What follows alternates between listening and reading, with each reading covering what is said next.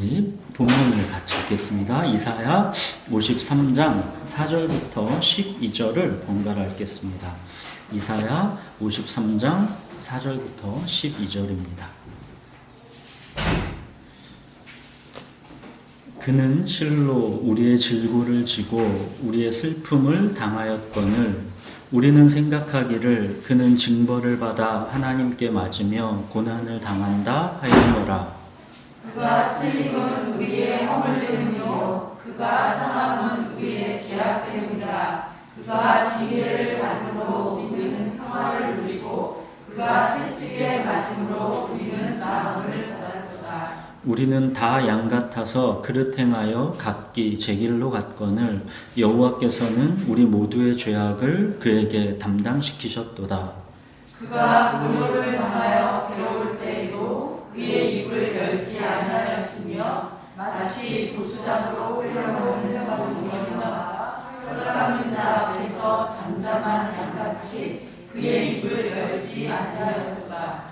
그는 곤욕과 신문을 당하고 끌려갔으나 그 세대 중에 누가 생각하기를 그가 살아있는 자들의 땅에서 끊어짐은 마땅히 형벌받을 내 백성의 허물 때문이라 하였으리요. 그는 강포를 행하지 아니하였고 그의 입에 거짓이 없었으나 그의 무덤이 악인들과 함께 있었으며 그가 죽은 후에 부자와 함께 있었더라. 여호와께서 그에게 상함을 받게 하시기를 원하사 질고를 당하게 하셨은즉 그의 영혼을 속건 제물로 드리기에 이르면 그가 씨를 보게 되며 그의 날은 길 것이요 또 그의 손으로 여호와께서 기뻐하시는 뜻을 성취하리로다. 그가 자기 영혼의 수고한 것을 보고 만족하게 여길 것이라. 나의 의로운 종이 자기 지식으로 많은 사람을 의롭게 하며 또 그들의 죄악을 친히 감당하리로다.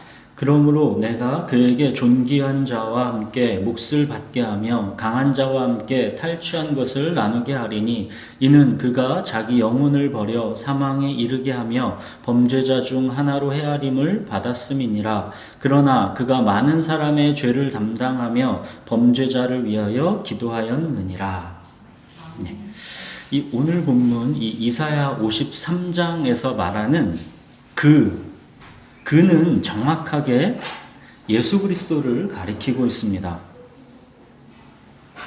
너무도 똑같이 정확하게 예수 그리스도에게서 성취된 말씀이라 참 놀랍기만 하죠. 자, 그런데 이 구약 성경은 지금 우리가 보고 있는 구약 성경은 유대인들에게도 똑같이 경전입니다. 그거 생각해 보셨어요? 이사야 53장을 유대인들은 어떻게 읽을지? 유대인들은 이사야 이 53장은 사실상 금서로 취급하면서 읽지를 않는다고 하죠. 이사야 53장에서 말하는 이 글을 그냥 고난받는 이스라엘 민족이라고 그들은 그렇게 해석하기도 하지만 사실 너무 무리한 해석이죠. 너무 명확하게 여기에서 말하는 그는 예수 그리스도입니다. 그래서 유대인들은 이 53장을 금소로 취급하면서 읽지를 않는다고 그러죠. 이사야 53장에서 말하는 그는 그냥 너무도 명확하게 예수님의 십자가 고난을 가리키고 있습니다. 너무 분명해서 부인할 수가 없습니다. 이 유대인들에게는 그래서 이게 참 불편한 거죠. 참 불편한 말씀이 그들에게는 되는 겁니다. 그래서 거꾸로 유대인들에게 전도할 때는 항상 이 이사야 53장으로 전도를 한다고 그러죠. 그만큼 이사야 53장은 정확하게 예수 그리스도를 가리키고 있습니다. 다르게 어떻게 해석할 방도가 없을 정도로 정확하게 예수님을 가리키고 있습니다. 자, 기록된 말씀, 성경, 이 이사야 53장은 예수님이 오시기 전 약 700년 전에 기록된 말씀인데 예수님의 십자가 고난이 이토록 정확하게 세부적으로까지 묘사가 되어 있죠. 성경, 이 기록된 말씀은 살아계신 하나님의 말씀이기 때문입니다. 자, 오늘은 이 이사야 53장과 더불어서 신약 성경의 이 고린도 후서 본문도 같이 병행해서 살펴보려고 합니다. 우리 신약 성경 쪽에 이 고린도 후서 5장 14절부터 21절 한번 같이 읽겠습니다. 290페이지입니다. 고린도 후서 5장 14절부터 21절까지를 번갈아 읽겠습니다. 그리스도의 사랑이 우리를 강권하시는도다. 우리가 생각하건대 한 사람이 모든 사람을 대신하여 죽었은즉 모든 사람이 죽은 것이라. 그가 모든 사람을 대신하여 죽으심은 살아있는 자들로 하여금 다시는 그들 자신을 위하여 살지 않고 오직 그들을 대신하여 죽었다가 다시 살아나신 이를 위하여 살게 하려 함이라. 그러므로 우리가 이제부터는 어떤 사람도 육신을 따라 알지 아니하노라. 비록 우리가 그리스도도 육신을 따라 알았으나 이제부터는 그같이 알지 아니하노라. 그런즉 누구든지 그리스도 안에 있으면 새로운 피조물이라. 이전 것은 지나갔으니 보라 새 것이 되었다. 모든 것이 하나님께로서 났으며 그가 그리스도로 말미암아 우리를 자기와 화목하게 하시고 또 우리에게 화목하게 하는 직분을 주셨으니 곧 하나님께서 그리스도 안에 계시사 세상을 자기와 화목하게 하시며 그들의 죄를 그들에게 돌리지 아니하시고 화목하게 하는 말씀을 우리에게 부탁하셨느니라. 그러므로 우리가 그리스도를 대신하여 사신이 되어 하나님이 우리를 통하여 너희를 권면하시는 것 같이 그리스도를 대신하여 간청하노니 너희는 하나님과 화목하라. 하나님이 죄를 알지도 못하신 이를 우리를 대신하여 죄로 삼으신 것은 우리로 하여금 그 안에서 하나님의 의가 되게 하려 하십니다. 오늘 말씀의 제목은 그리스도 안에 있는 새로운 피조물입니다. 이사야 53장은 예수님의 십자가 고난을 말하는 동시에 그 고난의 성격을 새 창조를 위한 해산의 고통으로 보고 있습니다. 이사야 53장 10절을 한번 보십시오. 그의 영혼을 속건 제물로 드리기에 이르면 그가 씨를 보게 되며 11절도 보십시오. 그가 자기 영혼에 수고한 것을 보고 만족하게 여길 것이라. 이게 뭔 장면이죠? 이게 아이를 낳는 해산의 고통을 말하는 것입니다. 그가 해산의 수고를 통해 자손을 낳은 것입니다. 그가 씨를 보게 되며 그러죠. 그 해산의 수고를 통해 자손을 낳았다라는 것입니다. 그리스도의 십자가 죽으심을 통해서 새로운 창조가 이루어진 것입니다. 예수님의 죽음이 새로운 창조를 이루어냈다라는 것을 고린도후서 오늘 본문에서는 더 구체적으로 말씀하고 있습니다. 이 고린도후서 5장 14절 보시면 한 사람이 모든 사람을 대신하여 죽었은즉 모든 사람이 죽은 것이라. 예수님이 우리를 대신해서 죽으셨기 때문에 우리는 그때 함께 죽었다라는 것입니다. 그리고 다시 완전히 새롭게 창조된 것입니다. 그게 17절이죠. 그런즉 누구든지 그리스도 안에 있으면 새로운 피조물이라. 이전 것은 지나갔으니 보라 새 것이 되었도다. 예수님은 십자가에서 고난당하고 죽으심을 통해서 새로운 피조물을 창조하신 것입니다. 예수님의 십자가 고난은 새로운 피조물을 창조해내시기 위한 해산의 고통이라는 것입니다. 여러분, 오늘은 이 새로운 피조물이라는 단어를 꼭 기억하십시오. 이전 것은 지나갔으니 보라 새 것이 되었도다입니다. 죽었다가 다시 새롭게 창조된 완전한 새 피조물입니다. 십자가에서 다 이루었다 하셨던 그 성취는 우리의 모든 죄의 값이 완전히 다 지불되었다라는 의미와 동시에 우리를 새로운 피조물로 창조해 내시는 일을 끝내셨다라는 의미입니다. 자, 그렇다면 어떤 면에서 우리가 새로운 피조물일까요?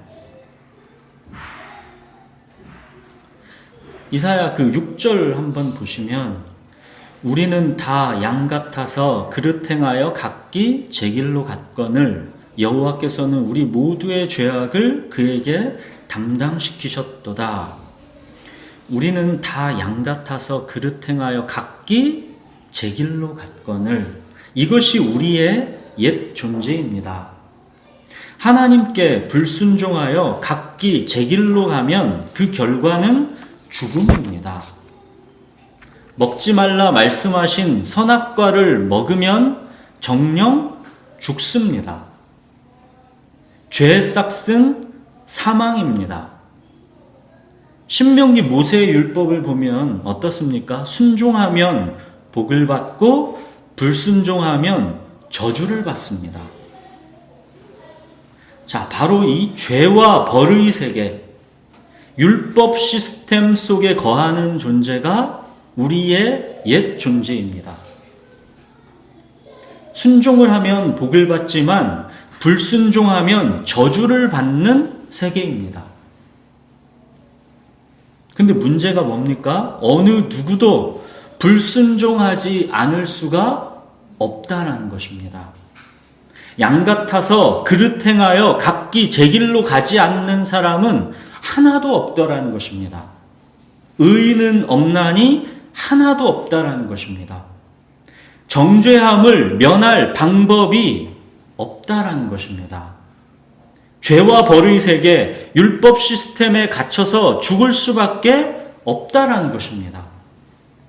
오호라 나는 곤고한 사람이로다. 이 사망의 몸에서 누가 나를 건져내랴. 이것이 바로 죄와 벌의 세계, 율법 시스템에 갇힌 세계입니다. 우리가 구약의 역사를 계속 살펴보면서 이걸 계속 확인했던 것이죠. 만물보다 심히 부패한 것이 사람의 마음입니다. 그 굳은 마음은 도무지 해결이 안 됩니다. 고난의 풀무에서도 연단되지를 않습니다. 하나님은 아담 이후로 계속 인류에게 이걸 확인시키신 것입니다. 죄의 본성을 갖고는 하나님을 영화롭게 할 수가 없는 것입니다. 심지어 다윗도 어땠습니까? 밧세바를 범하고 충신 우리아를 비열한 방법으로 죽였습니다.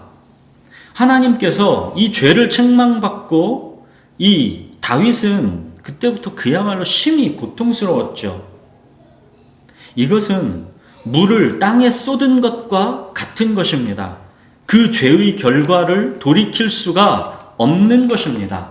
죄의 싹은 사망입니다. 그러나 다윗의 죄를 하나님께서 사하셨습니다. 이거는 그냥 말로 없던 것으로 그 죄를 용서하신 것이 아니라 장차 오실 예수님께서 다윗의 그 모든 죄의 값을 다 대신 지불하시게 되는 것입니다. 피 흘림이 없으면 사함은 없습니다. 하나님은 우리를 그냥 죄에서 용서해 주시는 게 아닙니다. 하나님의 속성, 공의는 그러실 수가 없습니다. 죄에는 반드시 값이 따릅니다. 이것이 하나님의 공의입니다. 하나님은 우리 모두의 죄악을 예수님에게 담당시키신 것입니다. 우리의 모든 죄의 값, 그 죄에 대한 마땅한 형벌을 예수님에게 다 쏟아부으신 것입니다. 이 길 말고는 사랑하는 다윗을 죄에서 용서하시고 구원해낼 다른 길이 없기 때문입니다. 이 길 말고는 고난의 풀무에서도 연단되지 않는 그 바벨론 포로들을 구원해내실 다른 길이 없기 때문입니다. 이 길 말고는 저와 여러분을 죄에서 용서하시고 구원해낼 다른 길이 없기 때문입니다. 하나님은 택하신 자를 구원해내서 너는 내 백성이 되고 나는 너희의 하나님이 되리라. 이 관계를 회복시키기 위해 당신의 모든 것을 다 쏟아부으신 것입니다. 그래서 예수님은 십자가에서도 잠잠하실 수밖에 없던 것입니다. 우리를 그 무시무시한 죄의 뿌리에서 끊어내기 위한 다른 길이 없기 때문입니다. 7절, 그가 곤욕을 당하여 괴로울 때에도 그의 입을 열지 아니하였으며 마치 도수장으로 끌려가는 어린 양과 털 깎는 자 앞에서 잠잠한 양같이 그의 입을 열지 아니하였도다. 이렇게 예수님께서 속건 제물로 드려졌기에 우리들이 새로운 피조물로 창조된 것입니다. 이 새로운 피조물은 더 이상 죄와 벌의 세계, 율법 시스템의 세계에서 사는 게 아닙니다. 완전히 새로워진 은혜 시스템에서 살게 된 것입니다. 하나님께서 우리 모두의 죄악을 예수님의 십자가에 담당시키셨습니다. 죄와 벌의 세계에서 율법 시스템에서 완전히 해방된 것입니다. 그래서 새로운 피조물이라 하는 것입니다. 로마서 8장에서 보시면 그러므로 이제 그리스도 예수 안에 있는 자에게는 결코 정죄함이 없나니 이는 그리스도 예수 안에 있는 생명의 성령의 법이 죄와 사망의 법에서 너를 해방하였음이라. 율법이 육신으로 말미암아 연약하여 할 수 없는 그것을 하나님은 하시나니 곧 죄로 말미암아 자기 아들을 죄 있는 육신의 모양으로 보내어 육신의 죄를 정하사 육신을 따르지 않고 그 영을 따라 행하는 우리에게 율법의 요구가 이루어지게 하려 하심이니라. 그리스도 안에 있는 새로운 피조물은 그래서 결코 정죄함이 없습니다. 더 이상 죄와 벌의 세계, 율법 시스템에서 살지 않습니다. 누구도 그리스도 안에 있는 새로운 피조물을 정죄할 수 없습니다. 아무것도 그리스도 예수 안에 있는 하나님의 사랑에서 새로운 피조물을 끊어낼 수가 없습니다. 그래서 새로운 피조물이라 하는 것입니다. 이전 것은 지나가고 완전히 새 것이 된 것입니다. 예수님의 해산의 수고를 통해 우리가 새로운 피조물로 다시 태어난 것, 이게 오늘 본문 10절에 여호와께서 기뻐하시는 뜻, 여호와께서 기뻐하시는 뜻의 성취입니다. 여기서 말하는 여호와께서 기뻐하시는 뜻, 그것이 바로 우리가 전에 살펴보았던 에스겔 36장의 그 새 언약, 새 창조, 구원입니다. 맑은 물을 너희에게 뿌려서 너희로 정결하게 하되 곧 너희 모든 더러운 것에서와 모든 우상 숭배에서 너희를 정결하게 할 것이며 또 새 영을 너희 속에 두고 새 마음을 너희에게 주되 너희 육신에서 굳은 마음을 제거하고 부드러운 마음을 줄 것이며 또 내 영을 너희 속에 두어 너희로 내 율례를 행하게 하리니 너희가 내 규례를 지켜 행하게 될 것이다. 하나님께서 약속하신 이 새 언약, 새 창조를 예수 그리스도의 십자가 대속을 통해서 성취하신 것입니다. 그리스도 안에 있는 새로운 피조물은 죄와 벌의 세계에서 완전히 떠났습니다. 결코 정죄함이 없고 아무것도 하나님의 사랑에서 우리를 끊을 수 없는 은혜의 세계로 들어왔습니다. 영적으로 완전히 새로운 세계에서 다시 창조된 것입니다. 결코 정죄함이 없다. 아무것도 하나님의 사랑에서 끊을 수 없다. 이것이 은혜의 세계입니다. 꼭 기억하십시오. 자, 그렇다면 새로운 피조물이 은혜의 세계 속에서 살아가는 목적은 무엇일까요?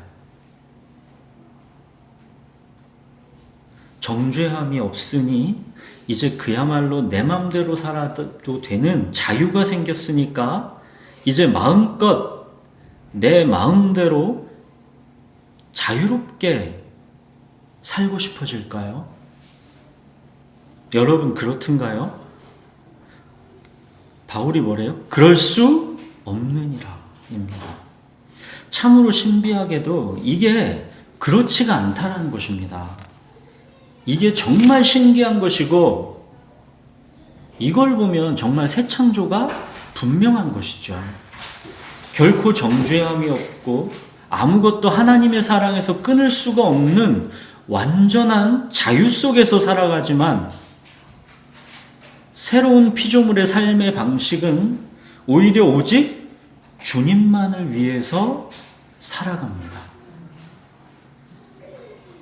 율법이 두려움으로 그렇게 우리를 재촉하는 것이 아니라 그리스도의 사랑이 강권합니다. 순종하지 않으면 벌을 받게 되는 두려움, 그 두려움이 동인이 아니라 그리스도의 사랑이 강권하는 것입니다. 이것이 새로운 피조물의 변화된 체질입니다. 굳은 마음을 제하시고 새 영, 새 마음, 부드러운 마음을 주셨기 때문입니다. 하나님의 영을 새로운 피조물 속에 두셨기 때문입니다. 하나님의 영이 그의 속에 거하시기 때문에 이제 그 안에 그리스도께서 사시기 때문에 새로운 피조물은 그 방향으로 성장해 가는 것입니다. 태어났으면 당연히 성장해 가는 것입니다. 이거는 너무도 당연한 것입니다. 새로운 피조물은 그리스도의 사랑에 매여 오직 주님을 위해 살고자 하는 마음으로 성장하게 되어 있습니다. 고린도후서 5장 15절 보십시오.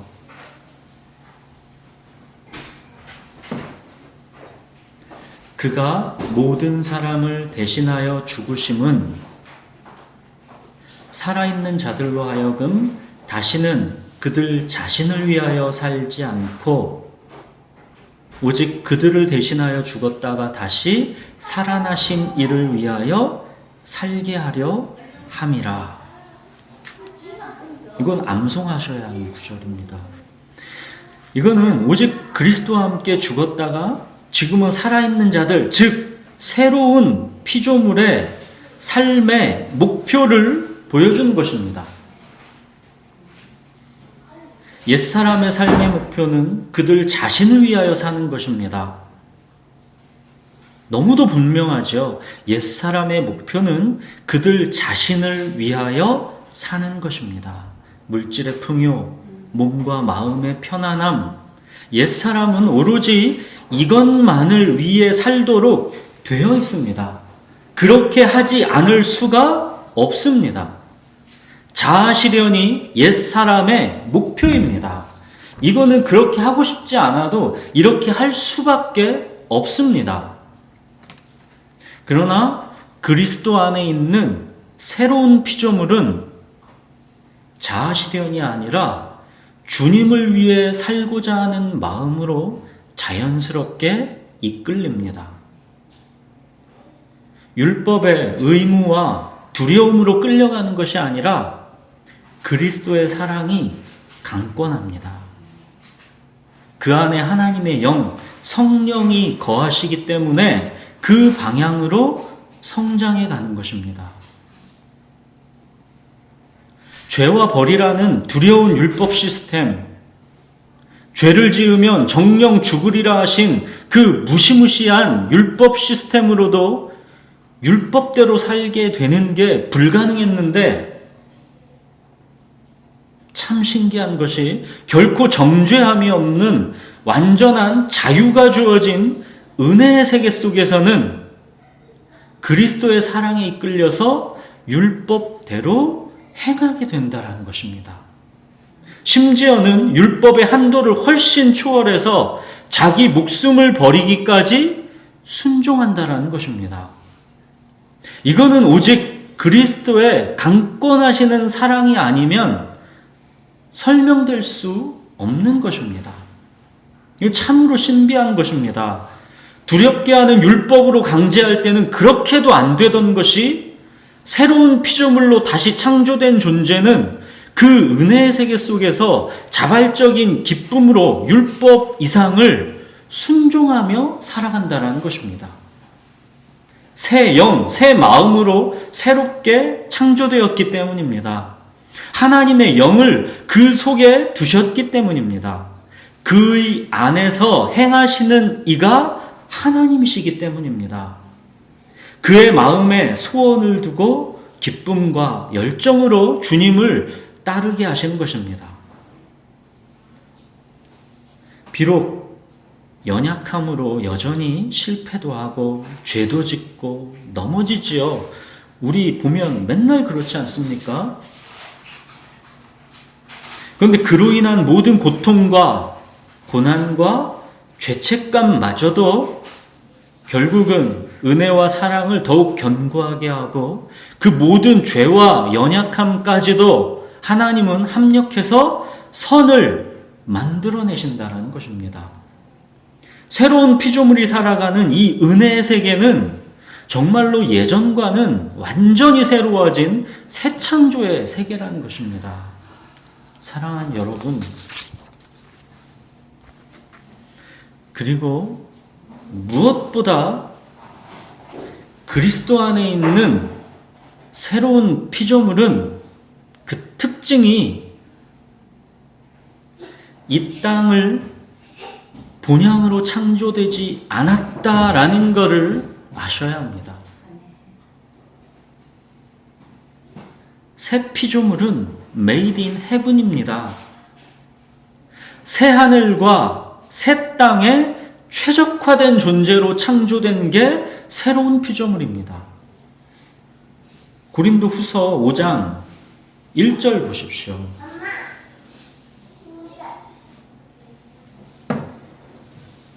그리스도 안에 있는 이 새로운 피조물에게 이 땅은 장막집입니다.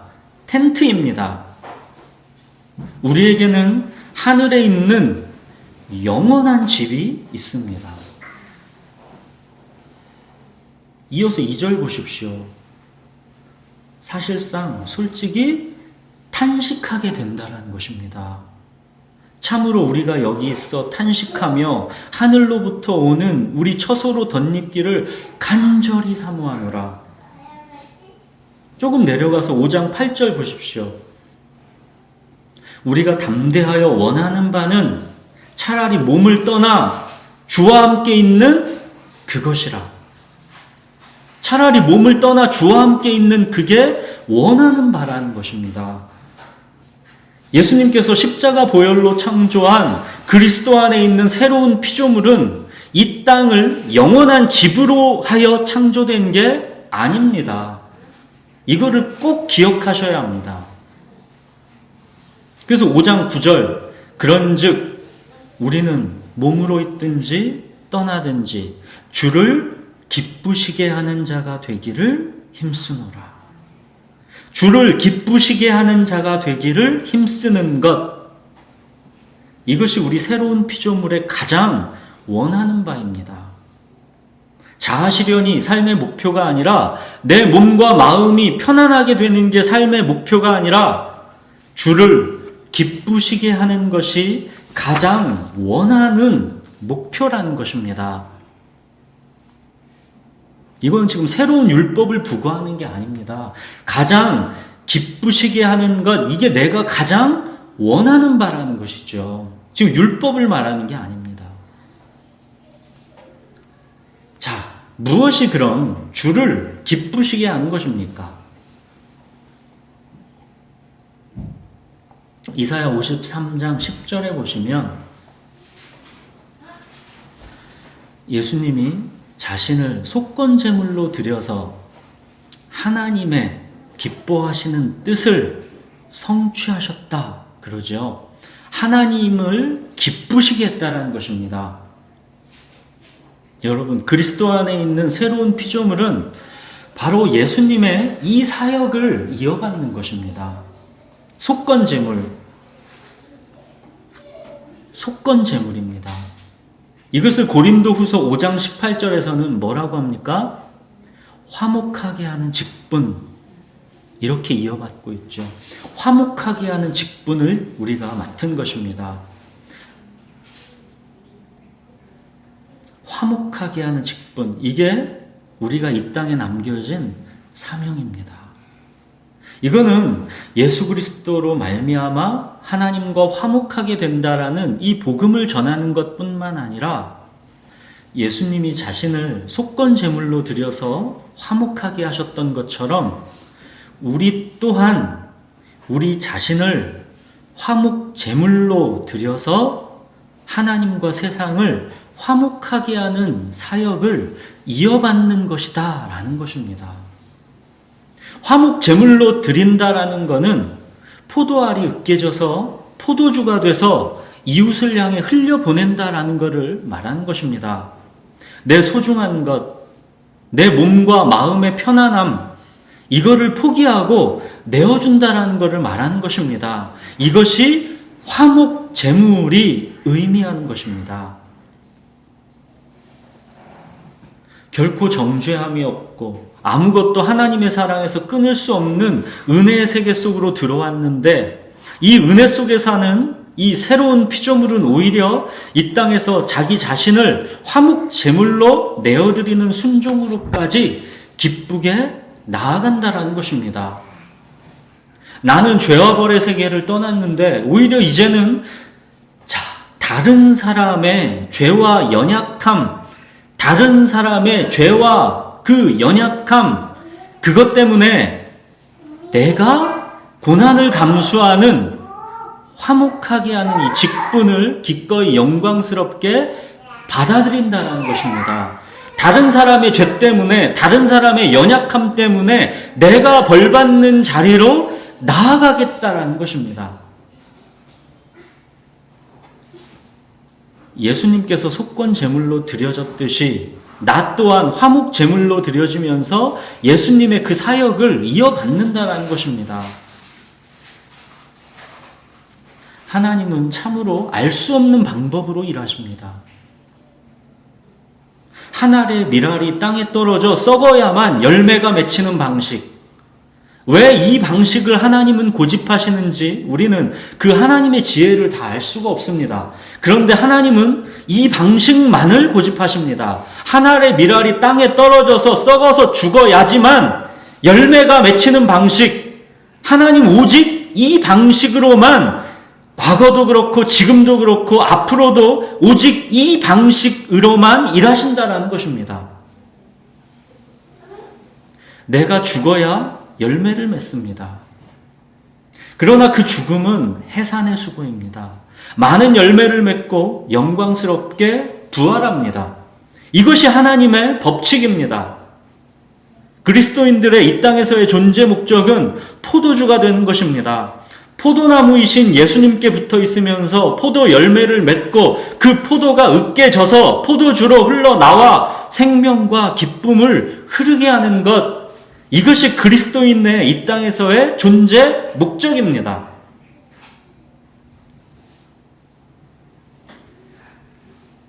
그러나 이 삶이 어둡고 무거운 게 아니라 자유로운 기쁨이라는 것이지요. 이게 어둡고 무거운 율법을 지금 말하는 게 아니라 자유로운 기쁨이라는 거에 새로운 피조물의 특이성이 있는 것입니다. 이것은 우리 안에 계신 성령께서 우리를 지키시고 인도하심에서 오는 그 기쁨입니다. 이곳은 장막집일 뿐이고 우리에게는 하늘에 영원한 집이 있기 때문에 그래서 오는 기쁨입니다. 그리고 무엇보다 상 주시는 하나님을 믿고 바라보기 때문에 오는 기쁨입니다. 고린도후서 4장 17절 18절 보십시오.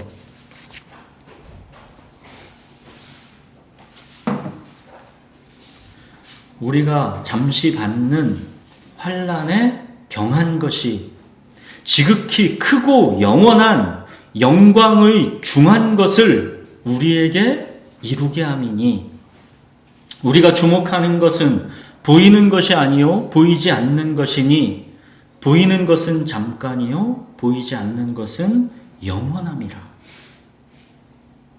사랑하는 여러분, 하나님은 자기를 믿는 자에게 상 주시는 하나님이십니다. 이걸 잊으시면 안 됩니다. 영원한 영광의 중한 것으로 상 주십니다. 오늘 본문 이사야 53장에서도 보시면 하나님은 상 주시는 하나님이심을 잊지 않고 말씀하고 계십니다. 마지막 12절 보십시오. 53장 12절. 하나님께서 반드시 상 주신다라는 것을 말씀하시는 것입니다.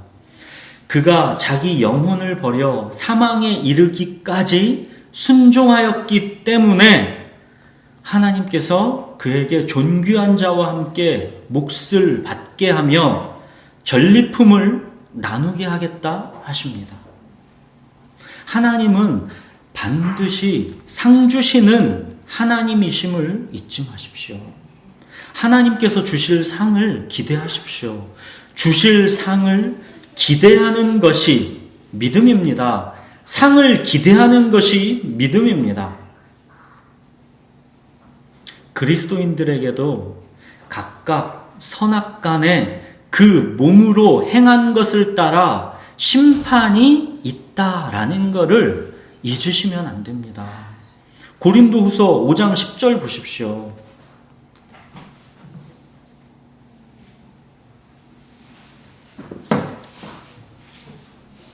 이는 우리가 다 반드시, 바울이 반드시라고 합니다. 반드시 그리스도의 심판대 앞에 나타나게 되어 각각 선악간에 그 몸으로 행한 것을 따라 받으려 함이라. 이거 지금 그리스도인들에게 하는 말입니다. 바울은 그리스도인도 심판대 앞에서 반드시 설 것이기 때문에 상을 받기 위해서 그 앞 구절에서 보듯이 주를 기쁘시게 하는 자가 되기를 힘쓰노라 하는 것입니다. 주를 기쁘시게 하는 자가 되기를 힘쓰는 이유가 10절이라는 것입니다. 심판대 앞에 설 것이고 거기서 주님은 상을 주실 것이기 때문에 우리는 이 땅에서 주를 기쁘시게 하는 자가 되기를 힘쓰고 있다라는 것입니다. 상 주시는 하나님을 믿고 그 상 주심을 기대하고 바라보아야 한다라는 것입니다.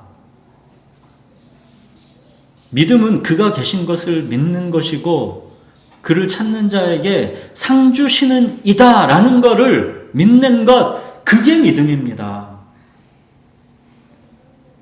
이제 말씀을 맺겠습니다.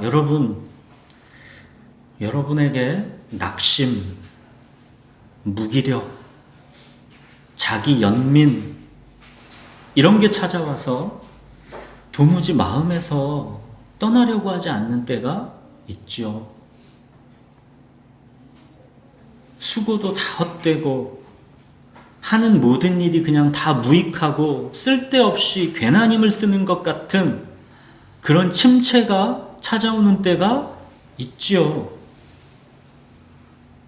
몸과 마음이 좀 편안하게 살았으면 좋겠다 싶은 자기 연민에 푹 빠져서 더 격렬하게 아무것도 안 하고 싶은,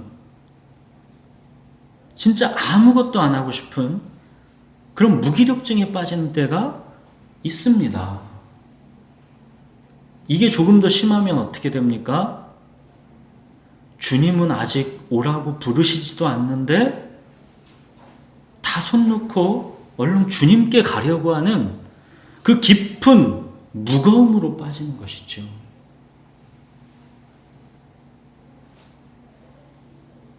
여러분, 그런 때는 우리가 예수님의 십자가 고난, 그 해산의 고통을 통해 새롭게 창조해낸 새로운 피조물이라는 것을 기억하십시오.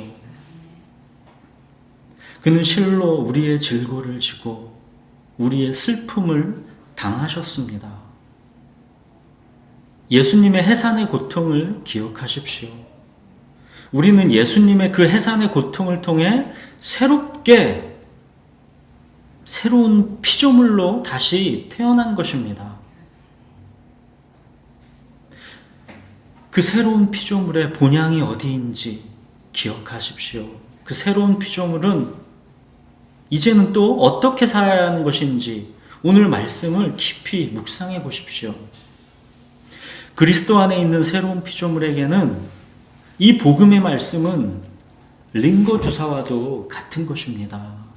무기력하고 자기 연민으로 쓰러져 있을 때 영양제가 금세 그 피와 살로 흡수되면서 그 영양제가 점차 몸과 영혼으로 쭉쭉 빨려 들어가서 회복되는 것처럼 이 복음의 말씀은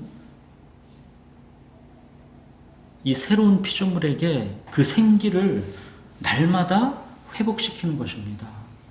사랑하는 여러분, 우리는 그리스도 안에 있는 새로운 피조물입니다. 예수님께서 우리를 새롭게 창조하시기 위해 우리의 질고를 지고 우리의 슬픔을 당하셨습니다. 우리의 허물 때문에 찔리셨고 우리의 죄악 때문에 상하셨고 우리가 평안을 누리고 나음을 받게 하시기 위해 예수님이 징계를 받아 채찍에 맞으셨습니다. 우리를 새롭게 창조하시기 위한 해산의 고통이기 때문에 예수님은 곤욕을 당하여 괴로울 때에도 그의 입을 열지 않으셨고 마치 도수장으로 끌려가는 어린 양처럼 마치 털 깎는 자 앞에서 잠잠한 양처럼 그의 입을 열지 않으셨습니다. 예수님은 그래서 결국 그 고통의 대가로 우리를 낳으신 것입니다. 우리가 어떻게 창조된 새로운 피조물인지 그걸 잊으시면 안 됩니다. 여러분, 그리스도 안에 있는 새로운 피조물로 새롭게 창조되었다라는 것, 이건 실로 어마어마한 일이 이루어진 것입니다. 그래서 예수님은 십자가에서 다 이루었다 하신 것입니다. 결코 정죄함이 없고 그 어느 것도 하나님의 사랑에서 끊을 수 없는 그런 은혜의 세계로 우리가 들어온 것입니다. 멸망치 않고 하나님의 자녀로 영원한 생명을 살게 된 것입니다. 우리의 영원한 본향에서 이제 주님이 기다리고 계십니다. 이 축복을 그 무엇과 비교할 수 있겠습니까? 사명자요, 나그네로 살아가는 이 땅에서의 삶을 이제는 더 이상 자신을 위하여 살지 마십시오. 우리 대신하여 죽었다가 다시 살아나신 우리 예수님을 위하여 살아가십시오. 고린도후서 6장 1절, 하나님의 은혜를 결코 헛되이 받지 마십시오. 우리 기도하겠습니다.